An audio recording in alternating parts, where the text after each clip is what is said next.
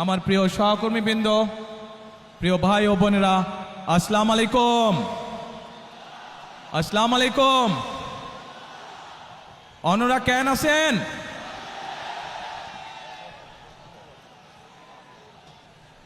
প্রিয় ভাই বোনেরা, এই সেই চট্টগ্রামের পুণ্যভূমি, যেখান থেকে শহীদ রাষ্ট্রপতি জিয়াউর রহমান 1971 সালের স্বাধীনতার ঘোষণা দিয়েছিলেন। এই সেই চট্টগ্রামের পুণ্যভূমি, যেখানে শহীদ রাষ্ট্রপতি জিয়াউর রহমান শহীদ হয়েছিলেন। প্রিয় ভাই বোনেরা, এই সেই চট্টগ্রামের পুণ্যভূমি, যেখান থেকে দেশনেত্রী খালেদা জিয়াকে দেশনেত্রী উপাধি দেওয়া হয়েছিল।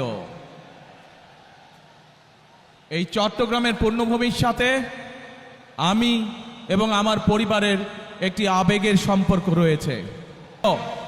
ভাই বোনেরা, আজ এই নির্বাচনী জনসভায় দাঁড়িয়ে একটি রাজনৈতিক দল হিসাবে আমরা আমাদের প্রতিদ্বন্দ্বী দল যারাই হোক না কেন, আমরা তাদের সম্পর্কে আপনাদেরকে হয়তো অনেক কথা বলতে পারি, তাদের হয়তো অনেক দোষ ত্রুটি তুলে ধরতে পারি, কিন্তু তাতে কি জনগণের কোনো উপকার হবে? কি ভাই, আমরা যদি সমালোচনা করার স্বার্থেই যদি সমালোচনা করে দেশের সাধারণ মানুষের কি তাতে কোনো উপকার হবে? উপকার হবে না। আমরা যদি শুধু সমালোচনা করার অর্থে শুধু সমালোচনাই করি, দেশের মানুষের পেট ভরবে? পেট ভরবে না। প্রিয় ভাই বোনেরা, বিএনপি একমাত্র রাজনৈতিক দল যারা যতবার সরকারে ছিল এই দেশের মানুষের ভাগ্যের পরিবর্তনের জন্য কাজ করেছে তারা। এবং সেই জন্যই আমি 17 বছর পর যেদিন দেশের মাটিতে পা রেখেছিলাম, সেদিন আমি সমগ্র বাংলাদেশের মানুষের কাছে একটি কথা বলেছিলাম যে উই হ্যাভ এ প্ল্যান, অর্থাৎ আমাদের একটি পরিকল্পনা আছে দেশের মানুষকে ঘিরে, দেশকে ঘিরে। বাংলাদেশে এই মুহূর্তে জনসংখ্যার অর্ধেক জনসংখ্যা হচ্ছে তরুণ বা যুবক সমাজের সদস্য। এই কোটি কোটি তরুণ যুবক সমাজের সদস্য, তারা চায় কর্ম, তারা চায় কাজ, তারা চায় কর্মসংস্থান।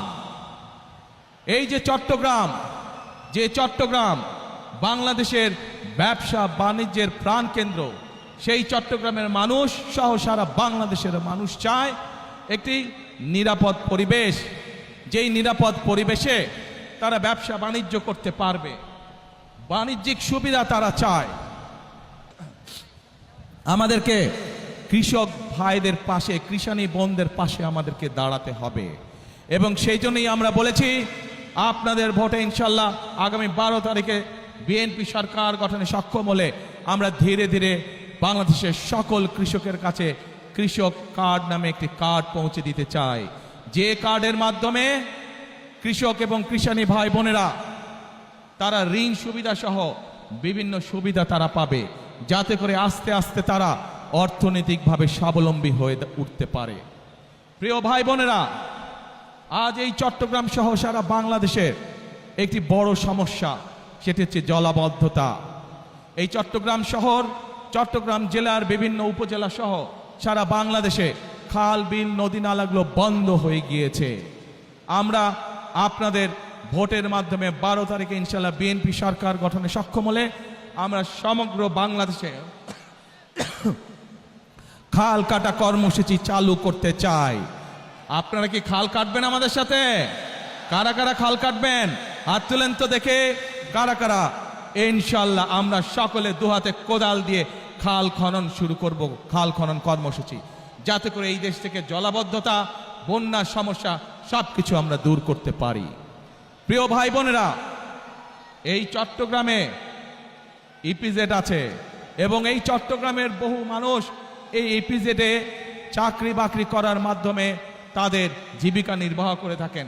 আছে না ইপিজেড? যে ইপিজেড আছে এবং কে ইপিজেড, এই সবগুলোতে লক্ষ লক্ষ মানুষের কর্মসংস্থানের ব্যবস্থা আছে। প্রিয় ভাই বোনেরা, এই কেপিজেড এবং বাকি যে এপিজেড গুলো আছে এই সবগুলো আপনাদের নিশ্চয়ই ধারণা আছে কোন সময় হয়েছিল? বিএনপি সরকারের সময়, শহীদ রাষ্ট্রপতি জিয়াউর রহমান এবং দেশনেত্রী খালেদা জিয়ার সময় হয়েছিল। ইনশাআল্লাহ 12 তারিখের নির্বাচনে আপনাদের রায়ে ইনশাআল্লাহ বিএনপি সরকারের গঠনে সক্ষম হলে পরে আমরা এই ইপিজেডের সংখ্যা বৃদ্ধি করব। কে ইপিজেডের মতন আরো ইপিজেড আমরা তৈরি করব, যাতে আরো লক্ষ লক্ষ তরুণ সমাজের সদস্যরা সেখানে চাকরি সংস্থান করতে পারে, কর্মসংস্থান করতে পারে। প্রিয় ভাই বোনেরা, বিগত 15 বছর যেভাবে আপনাদের রাজনৈতিক এবং অর্থনৈতিক অধিকার ছিনিয়ে নেওয়া হয়েছিল, সেরকম একটি ষড়যন্ত্র আবারও শুরু হয়েছে। আপনাদের প্রতি আমার আহ্বান, এই ষড়যন্ত্র সম্পর্কে সকালে সজাগ থাকবেন, সতর্ক থাকবেন, যাতে আবার আপনাদের অধিকার কেউ ছিনিয়ে নিতে না পারে। আপনাদের ভোটের অধিকার, আপনাদের কথা বলার অধিকার, আপনাদের বেঁচে থাকার অধিকার যাতে আবার কেউ ছিনিয়ে নিতে না পারে। 12 তারিখে নির্বাচন ইনশাআল্লাহ। এই নির্বাচনের দিন আপনাদের কাছে আমার প্রত্যাশা, কখন যাবেন ভোট দিতে? না না, এবার ফজরে গেলে হবে না, এবার তাহাজ্জুদের নামাজ পড়ার জন্য উঠতে হবে। তাহাজ্জুদের নামাজ পড়বেন এবং ভোট কেন্দ্রের সামনে গিয়ে, যার যেই ভোট কেন্দ্রের সামনে গিয়ে ফজরের নামাজ জামাত করে আদায় করবেন এবং তারপরে লাইন দিয়ে ভোটের জন্য দাঁড়িয়ে যাবেন যখনই ভোট কেন্দ্র খুলবে। পারবেন ইনশাআল্লাহ? তাহলে কথা একটাই, করব কাজ, গড়ব দেশ, সবার আগে বাংলাদেশ। আল্লাহ হাফেজ। বাংলাদেশ জিন্দাবাদ, বাংলাদেশ জাতীয়তাবাদী দল জিন্দাবাদ। আসসালামু আলাইকুম।